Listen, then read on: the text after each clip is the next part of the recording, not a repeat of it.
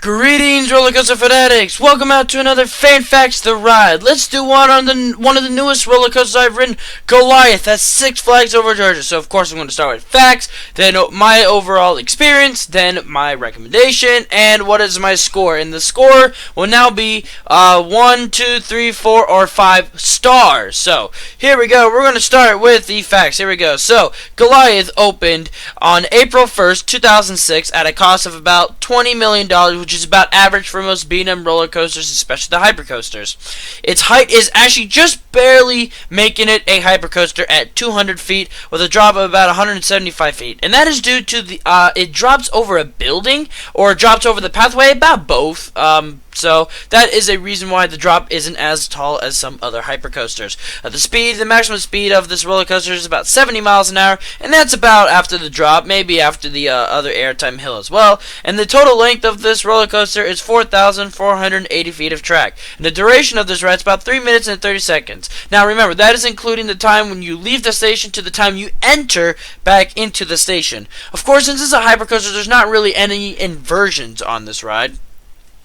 Of course, that the max vertical angle of this ride actually is 59 degrees, so just shortly under 60, which is very interesting because most hypercoasters are usually around 60 to 70 degrees, so it's very interesting. The maximum capacity on this ride is 1,220 riders per hour, and there's about which is about 2 trains with 9 cars. Riders are arranged 4 across in a single row for a total of 36 riders per train. Now, usually most hypercoasters have 3, but this one actually has 2, which is very unusual for hypercoasters, but I mean, it's alright. So here we go. My overall experience. First of all, what a fantastic ride. I went when unfortunately they're only running 1 train, but that's because the second train was actually having problems. But they're still running lickety split. What's actually cool is I didn't realize this is that they're meant to go that fast. Actually, I was actually looking and they actually were trying to beat the clock of about 45 seconds, which is insane in my opinion. 45 seconds, geez, that's really fast. So enough with that. Going out of the station, you know, just typical chain lift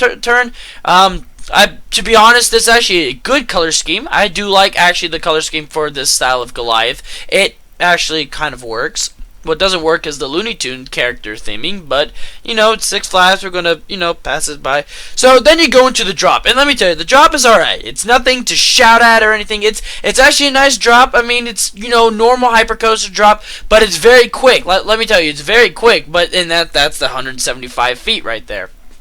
And you go into the first airtime hill, and you have some nice floater airtime, which is really nice. I think that's a great thing. It's a nice medium between floater and ejector, which is what I think is very fantastic. You go into another drop and fall into the second airtime hill. Same thing as the first one, really fun. Then you go over the water, and I mean, it's kind of picturesque. And I know some people get afraid that you're actually going to hit the water, and it's actually really cool. Then you go into the airtime into the Helix. Now, I thought it'd be more forceful. Unfortunately, it wasn't.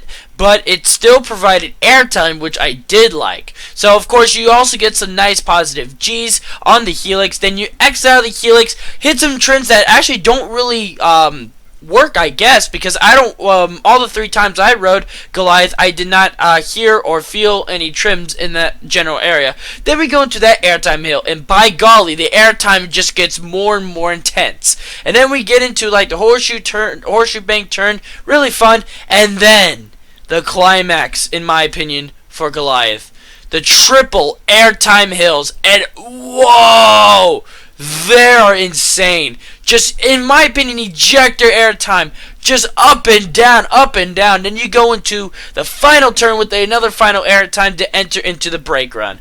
Overall, what a rush. Unfortunately, I did not get to ride this at night, but it's probably a fantastic night ride anyway. So that is the experience was overall. Now, do I recommend riding this? Of course I do. In my opinion, this is just my opinion. Now, here's the thing. It's arguably, in my opinion, the best hypercoaster made by B&M. There's probably a lot of arguments debating just in the U.S. I don't want to go anywhere. It's because I have no experience when it comes to the other B&M hypercoasters outside the U.S. But in the U.S., this is currently my favorite hypercoaster. But I have there are some I have not ridden, like the other Goliaths, and let's see. Oh, and of course Mako. There's definitely some other ones, but by golly, is this a fantastic fantastic ride. I definitely recommend riding this when you go to Six Flags over Georgia. So, what is the overall score? I give Goliath actually a perfect 5 stars. What a rush. It's a great ride, provides a lot of airtime. If you're not into airtime, then this might not be the ride for you. But if you love that ejector airtime and you love the speed, then you'll love this ride. So, thank y'all for watching Fan Facts the Ride. Don't forget to check out my other playlist of other roller coasters. Hopefully you enjoyed this kind of new style of Fan Facts the Ride. I hope to continue this, and I can't wait. If you want a coaster that you think I've ridden that you would like me to do for Fan Facts the Ride, please post that down in the comments below. Thank y'all for watching, and as always, roller coaster fanatics, keep coasting.